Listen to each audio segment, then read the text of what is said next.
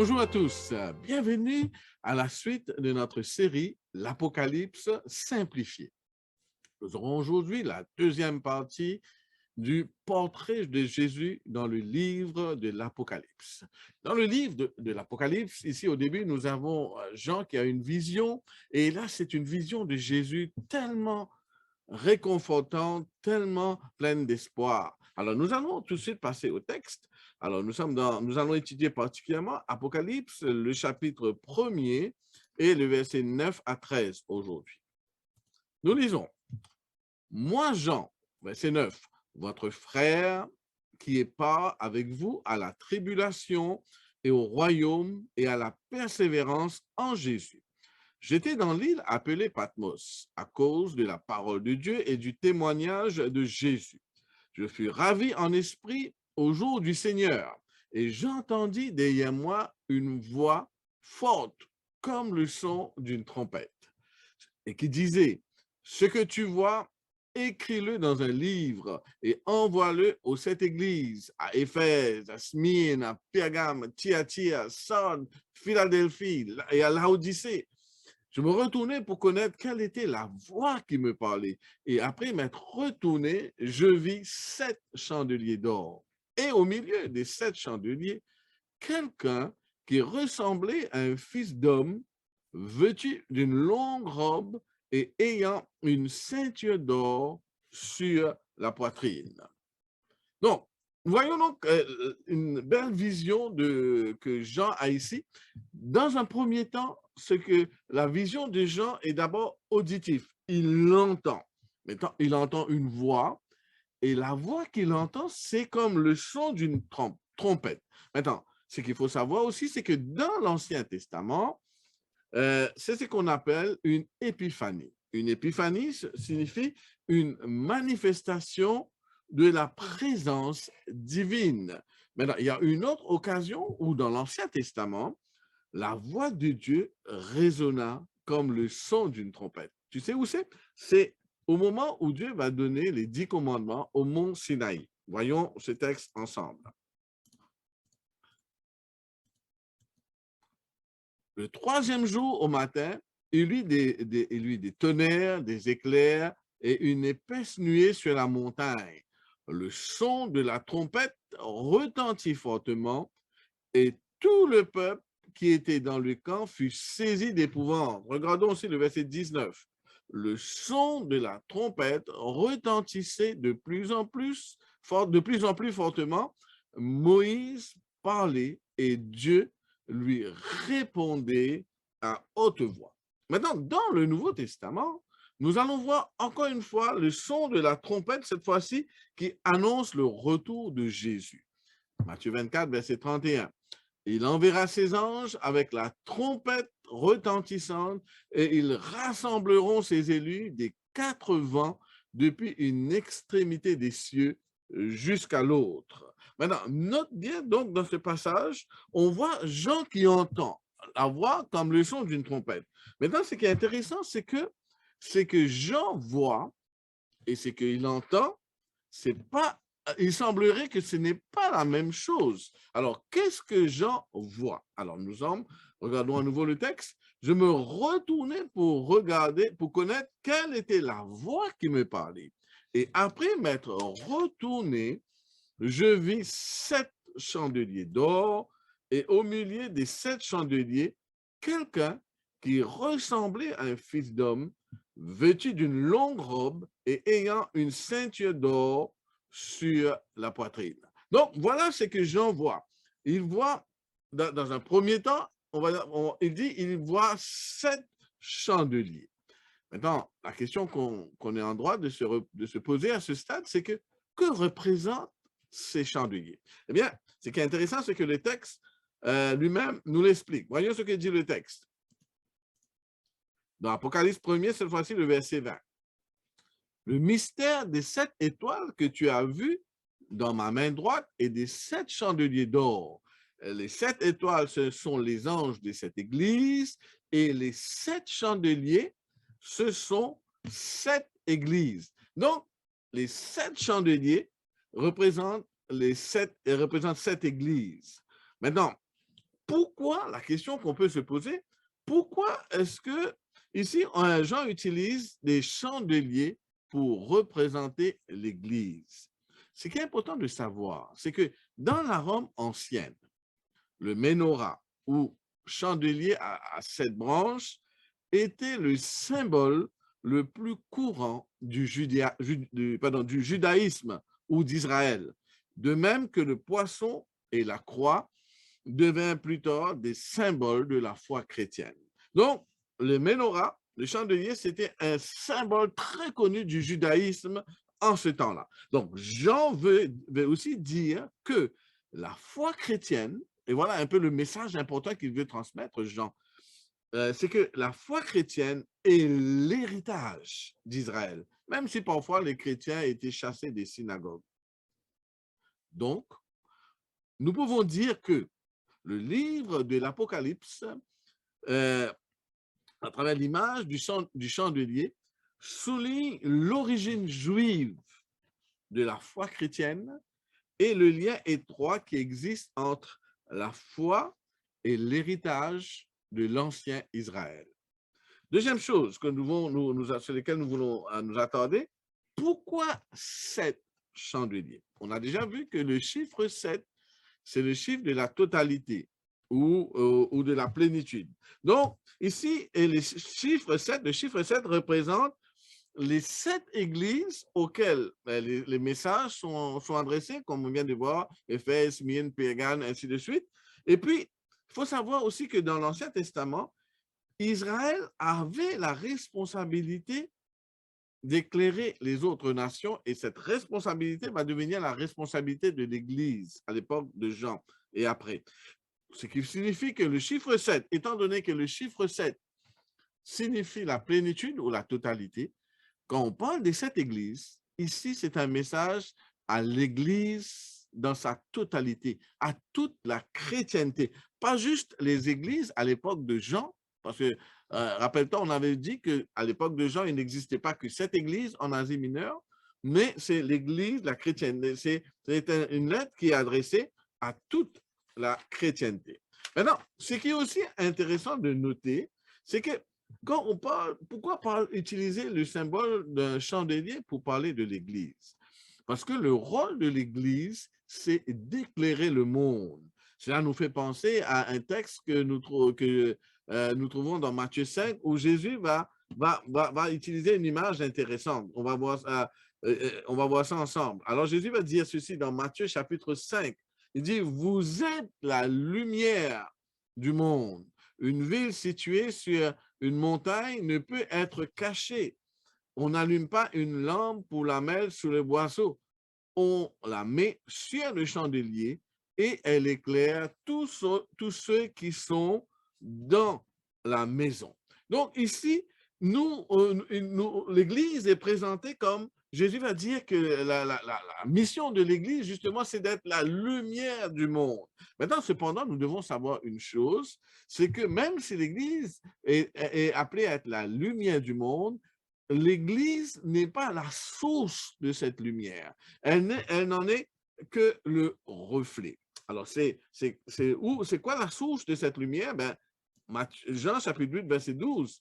Jésus va dire ceci. Jésus leur parla de nouveau et dit, « Je suis la lumière du monde. Celui qui me suit ne marchera pas dans les ténèbres, mais il aura la lumière de la vie. » Donc, la source de la lumière, c'est Jésus. Ça veut dire que si celui qui a dit, Jésus, si celui qui a dit, je suis la lumière du monde, habite en nous, dans notre cœur, nous pouvons à ce moment-là briller et être la lumière du monde, briller de la lumière de Christ qui est en nous.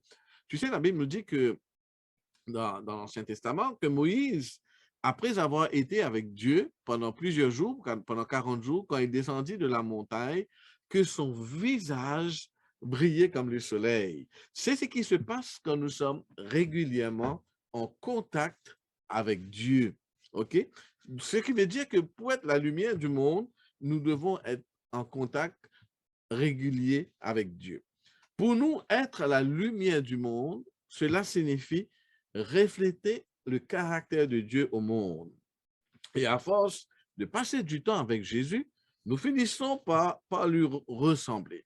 Tu vois, le monde a besoin de connaître Jésus. Le monde a besoin de connaître Jésus parce que Jésus, c'est le seul espoir de l'humanité.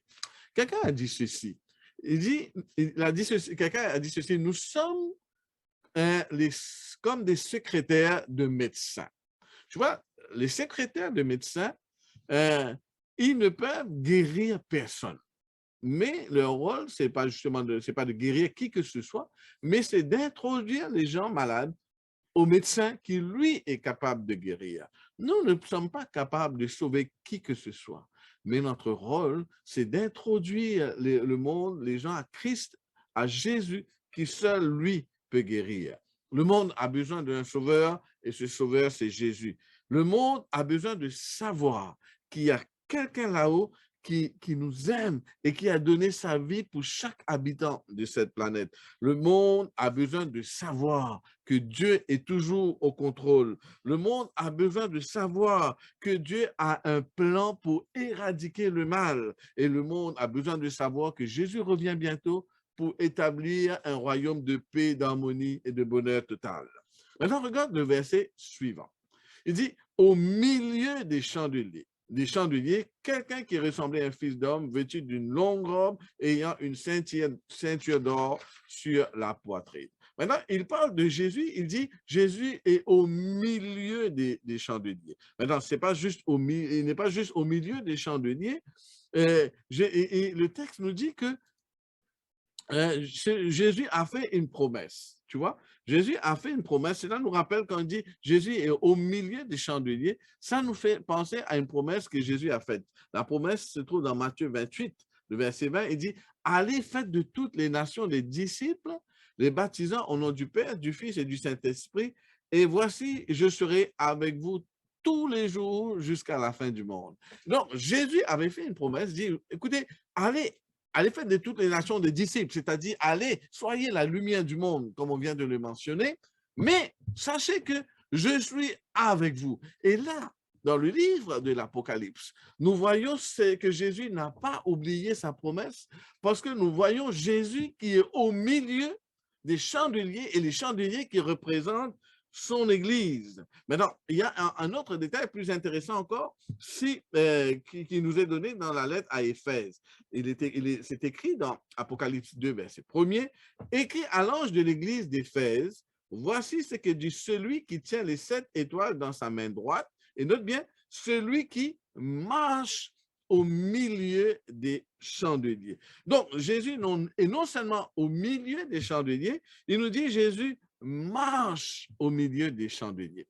Tu sais, ce texte réalise une autre promesse que nous trouvons dans le livre de Lévitique, chapitre 26, le verset 12. Nous lisons, « Je marcherai au milieu de vous, je serai votre Dieu et vous serez mon peuple. » Tu sais, quand Jésus était sur la terre, quand on regarde dans les évangiles, on voit souvent que Jésus, c'était un homme d'action. Jésus, ce n'était pas un homme sédentaire. Il était toujours dans l'action. Il bougeait, il marchait tout le temps. Et parce que Jésus, c'était un homme avec une mission. Sa mission, c'était apporter la bonne nouvelle de l'évangile, sauver le monde. Maintenant, l'Apocalypse nous présente le même Jésus et on le voit toujours qu'il est en marche. Maintenant, il ne marche pas tout seul. Il marche avec son Église. Il marche avec son Église parce que cette Église aussi a une mission. La mission, c'est justement d'aller faire des disciples. En passant, quand je dis Église, je n'arrête pas de dire Église depuis tout à l'heure. N'oublie pas que le mot Église vient d'un mot grec, ecclésia, qui veut dire assemblée. C'est-à-dire, l'Église, c'est l'ensemble, l'assemblée des chrétiens. L'Église, ce n'est pas le bâtiment. OK? L'Église, c'est toi, c'est moi. Quand tu lis, par exemple, dans l'Acte des Apôtres, souvent, les églises, il y a une époque où l'Église, ils n'avaient pas de cathédrales, il n'y avait pas de beaux bâtiments comme nous avons aujourd'hui. Alors, des fois, l'Église, les disciples de Jésus se réunissaient au bord de la rivière. ils n'étaient pas dans un bâtiment au bord de la rivière, mais c'était toujours l'église. Parfois aussi, ils étaient dans des maisons, c'était toujours l'église, parce que l'église, c'est l'ensemble, l'église, c'est toi et moi, et c'est une église qui a une mission, la mission de porter la bonne nouvelle de Jésus, du salut en Jésus-Christ. C'est la même mission que Jésus continue à accomplir dans le ciel présentement. Attends, justement, regardons la suite de ce verset, du verset 13. OK? Il dit ceci. Alors, on a vu, donc, il est au milieu des 7 chandeliers, mais regarde qu'est-ce qu'il dit. Il y avait quelqu'un qui ressemblait à un fils d'homme. Alors, donc, il parle de quelqu'un qui ressemblait à un fils d'homme. Il faut savoir que c'est un titre qui est emprunté de Daniel, chapitre 7, versets 13 à 14, que je t'invite à lire une autre fois. Maintenant, dans le Nouveau Testament, ce titre est souvent associé au Messie. Okay? Dans le Nouveau Testament, c'est un titre qui est associé au Messie. Et dans les évangiles, Jésus s'identifiait souvent comme le Fils de l'homme. Par exemple, si tu lis dans Marc chapitre 13, verset 26, il est dit, alors on verra le Fils de l'homme sur les nuées avec une grande puissance et avec une grande gloire. Donc Jésus, maintenant, Jésus est au ciel. Alors que Jésus est au ciel, il continue à se faire appeler le Fils de l'homme. Pourquoi? C'est pour nous rappeler que même s'il est là-haut, il ne nous a pas oubliés. Est-ce que tu imagines que le créateur de l'univers, celui qui a créé tout le monde, celui qui nous a tous créés, pas juste notre planète, mais bien d'autres planètes encore que nous ne connaissons pas encore, celui-là, notre Dieu, il est aujourd'hui dans le ciel et dans un corps humain glorifié, c'est sûr. Mais toujours est-il que Jésus est un représentant de la race humaine dans le ciel. Tu imagines, nous avons au sein de la Trinité hein, un représentant de la race humaine. Imagine. Donc, ici, nous voyons Jésus en se faisant appeler le Fils de l'homme. Quand Jean parle ici de Jésus comme le Fils de l'homme, c'était pour rappeler à ces chrétiens, tu rappelles-toi, on disait que c'était une époque où les chrétiens étaient grandement persécutés. C'était une façon de leur rappeler que Jésus, avant d'être au ciel, de monter au ciel, il a aussi été sur la terre. Il a été comme un homme, il a connu la souffrance, il a connu même la persécution, il a toutes les choses qu'on connaît aujourd'hui. La Bible dit Jésus a été tenté comme nous en toutes choses. Jean veut que les églises comprennent que Jésus comprend leurs épreuves, leurs peines et leurs souffrances. D'ailleurs, Ésaïe décrit Jésus, si tu lis dans Ésaïe 53, verset 3, il parle de Jésus comme l'homme de douleur, habitué à la souffrance. Donc, voilà une image qu'on a de Jésus, une image d'un Dieu proche, d'un Dieu qui comprend, d'un Dieu qui arrive à se mettre à la place, à ta place, à ma place. D'accord? Maintenant, voyons la suite de ce texte, du texte que nous avons. Il dit, le texte nous dit, verset 13, que Jésus est vêtu d'une longue robe et ayant une ceinture d'or sur la poitrine. Maintenant, ça, c'est un détail qui est quand même très important à noter quand il dit que Jésus est vêtu d'une longue robe. Le mot qui est traduit ici, c'est le mot qui est traduit par longue robe, c'est un mot grec qui veut dire qui est poderes. Le mot grec poderes, c'est ça qui est traduit par longue robe. Maintenant, ce mot poderes veut dire littéralement lui arrive jusqu'aux pieds. Donc, le même mot est utilisé pour décrire la robe que portait le souverain sacrificateur. Tu peux voir ça dans Exode 28, verset 4 et 31 et 29, verset 5. D'autre part, le mot poderes signifie aussi la robe que les rois portaient en Israël. Et 1 Samuel 18, le verset 4. En d'autres mots, le Christ ressuscité d'Apocalypse apparaît en vêtements de prêtre et en vêtements royal. Il dit qu'ayant une ceinture d'or sur la poitrine. La ceinture d'or faisait partie de l'habit du grand prêtre qui officiait dans le sanctuaire que Moïse avait construit dans les déserts, bien sûr, pendant la traversée du peuple d'Israël. Maintenant, ça c'est important parce que là, nous avons une image de Jésus en vêtements de souverain sacrificateur et ça nous projette une image du sanctuaire. Alors, à quoi ressemblait le sanctuaire? Juste, on peut faire une petite parenthèse pour mieux comprendre le contexte ici. Alors, dans l'Ancien Testament, voilà à quoi ressemblait le sanctuaire au temps du peuple d'Israël. Donc ça, là, tu as une image du camp d'Israël. Tout autour, on voit des tentes. Et n'oublie pas donc le peuple d'Israël qui faisait la traversée dans le désert. Donc, il y avait les tentes. Et puis, au milieu, c'était le sanctuaire. Le sanctuaire était divisé en 3 parties. Il était entouré de cette clôture qui séparait le sanctuaire du reste du peuple. Et puis, dès qu'on entre, on a ce qu'on appelle cette première partie du sanctuaire, la partie extérieure, ça s'appelle le parvis. Le parvis. Donc, comme tu vois, c'est cette image. Donc, ça, c'est le sanctuaire. Cette partie extérieure, c'était le parvis. Et dans le parvis, il y avait 2 ustensiles. Et il y avait 2 éléments. Il y avait l'autel des holocaustes où étaient offerts les animaux en sacrifice. Et puis, il y avait la cuve d'airain qui était utilisée pour l'ablution, pour la purification des prêtres. Donc, maintenant, donc ça, c'était le parvis. Et puis, il y avait ce qu'on appelle le tabernacle. Le tabernacle, c'est la tente que tu vois là. Maintenant, ce tabernacle lui-même, il était divisé en 2 parties. Donc, il y avait le lieu saint et puis il y avait le lieu très saint. Donc, le sanctuaire était divisé dans ces 3 parties, le parvis, le lieu saint et le lieu très saint. Maintenant, à l'intérieur du lieu saint, ça c'est l'intérieur du lieu saint, il y avait 3 mobiliers.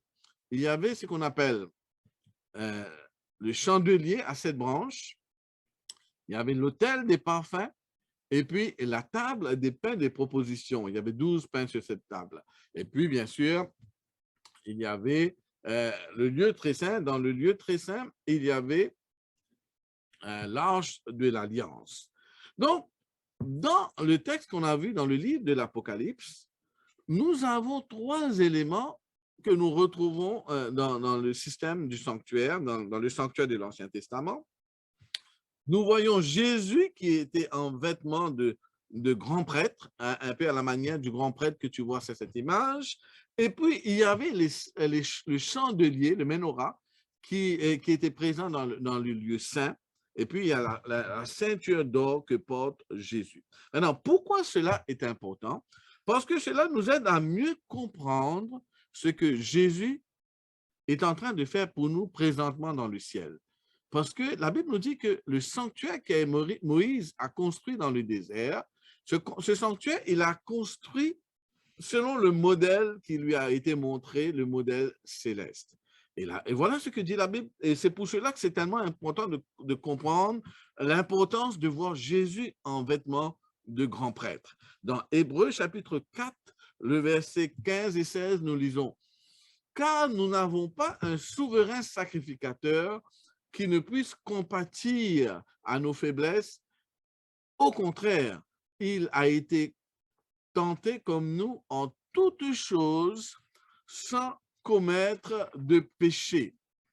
Approchons-nous donc avec assurance du trône de la grâce afin d'obtenir miséricorde et de trouver grâce pour être secourus dans nos besoins. » Donc, dans ce texte, il nous présente Jésus comme le souverain sacrificateur, celui qui intercède, celui qui est en train d'officier pour nous dans le sanctuaire céleste. Et maintenant, concrètement, qu'est-ce que cela veut dire pour nous? Et j'aimerais te lire 1 Jean chapitre 2, versets 1 et 2 pour mieux comprendre que Jésus officie dans le sanctuaire céleste. Qu'est-ce que cela change pour nous? 1 Jean chapitre 2, à partir du verset 1er. Nous lisons, « Mes petits enfants, je vous écris ces choses afin que vous ne péchiez point. Et si quelqu'un a péché, nous avons un avocat auprès du Père, Jésus-Christ le juste. Nous avons un avocat auprès du Père, Jésus-Christ le juste. Oui, mes amis, nous avons quelqu'un dans le ciel, quelqu'un qui est là comme un défenseur pour nous défendre contre l'accusateur. Quelqu'un qui peut nous comprendre, quelqu'un qui sympathise avec nous et quelqu'un qui a de la compassion envers nous. Et par-dessus tout, c'est quelqu'un qui a donné sa vie pour nous. Donc, dans le ciel, présentement, Jésus est en train d'officier pour plaider notre cause et afin que nous puissions obtenir le salut, obtenir le pardon de nos péchés. Et ça m'amène à ce texte de 2 Pierre, chapitre 3, le verset 9, et ça, c'est très important de comprendre cela. Nous lisons 2 Pierre, chapitre 3, verset 9. Il dit, « Le Seigneur ne tarde pas dans l'accomplissement de la promesse, comme quelques-uns le croient, mais il use de patience envers vous, ne voulant qu'aucun périsse, mais voulant que tous arrivent à la repentance. » Ce qui est important dedans, c'est que tout ceci nous amène à une chose, c'est que Dieu veut par-dessus tout que tout le monde, le maximum de personnes puissent être sauvées. Dieu, et c'est pour cela que Jésus a donné sa vie, et c'est pour cela qu'il continue à œuvrer pour nous dans le sanctuaire céleste. Un jour, on amena à Jésus une femme prise en flagrant délit d'adultère. Et ceux qui l'accusaient, en fait, ils voulaient utiliser cette femme pour piéger Jésus.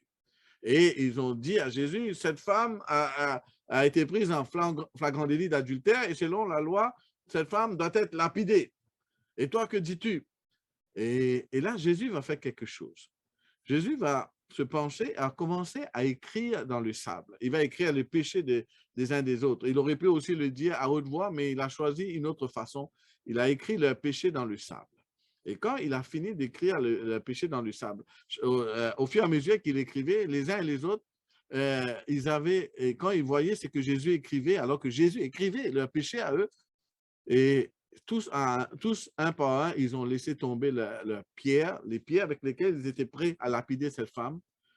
Et d'ailleurs, en passant, Jésus va leur dire que celui qui est sans péché jette la première pierre. Et quand Jésus va écrire leur péché, il va se rendre compte qu'il n'y a personne qui est sans péché. Et ils vont tous jeter leur pierre, laisser tomber leur pierre. Et ils vont tous partir. À un moment donné, quand Jésus a fini, il n'y avait plus personne. Alors Jésus va demander à cette femme, cette femme qui a été prise en flagrant délit d'adultère, Jésus va lui dire, où, femme, est-ce que personne ne t'a condamné? Où sont ceux qui t'accusaient? Alors la femme va répondre, personne, Seigneur. Alors Jésus va dire à cette femme, moi non plus, je ne te condamne pas. Va et ne pêche plus. Tu vois, c'est ça, c'est qu'on appelle la grâce.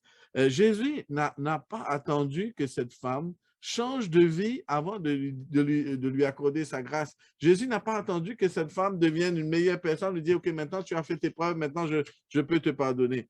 Non, le pardon de Dieu a été immédiat. Et c'est cette grâce de Dieu, c'est ce pardon de Dieu qui a totalement changé la vie de cette personne. Elle est partie, elle est devenue une nouvelle personne, une personne, sa vie a été changée, elle a vécu en accord avec la volonté de Dieu. Ce jour-là, Jésus n'a pas seulement sauvé cette femme d'une mort physique, c'est-à-dire par lapidation. Jésus a sauvé cette femme d'une mort éternelle. Parce que la Bible dit que le salaire du péché, c'est la mort. Tu sais quoi? Tu sais pourquoi? Parce que Dieu n'est pas intéressé dans la mort du pécheur. Ce qu'il veut, c'est que le pécheur se repente et qu'il vive. L'expérience de cette femme peut être aussi la tienne. Peut-être c'est pas le problème d'adultère, peut-être c'est un autre péché, peu importe lequel, Jésus est prêt à pardonner et Jésus peut te transformer et te faire de toi de nouvelles créatures. D'ailleurs, dans 2 Corinthiens 5, verset 17, c'est écrit, « Si quelqu'un est en Christ, il est une nouvelle créature. » Voici toutes choses sont devenues, les choses anciennes sont passées et toutes choses sont devenues nouvelles. Si quelqu'un est en Christ, il est une nouvelle créature. Voilà le Jésus de l'Apocalypse. un Jésus plein d'amour, plein de compassion, le même Jésus qu'on a vu dans les évangiles, c'est le même Jésus qu'on voit dans le livre de l'Apocalypse en train d'œuvrer pour nous, pour le salut de nos âmes. Avant de te quitter, prions ensemble. Notre Père, notre Dieu, merci pour ce message tellement encourageant dans le livre de l'Apocalypse, qui nous montre un Jésus plus que tout disposé à nous sauver. Et Seigneur, nous reconnaissons que nous sommes des pécheurs, que nous n'avons pas toujours été fidèles, mais merci de ce qu'en toi, Seigneur, nous avons le pardon et que ta mort sur la croix a rendu notre salut possible. Merci et pour ce que tu fais et tu continues à faire pour nous, Seigneur. En ton nom, nous prions. Amen. Voilà, les amis, nous sommes arrivés à la fin de notre étude d'aujourd'hui. Je vous remercie d'avoir été là et je vous dis à bientôt, espérant vous voir très bientôt.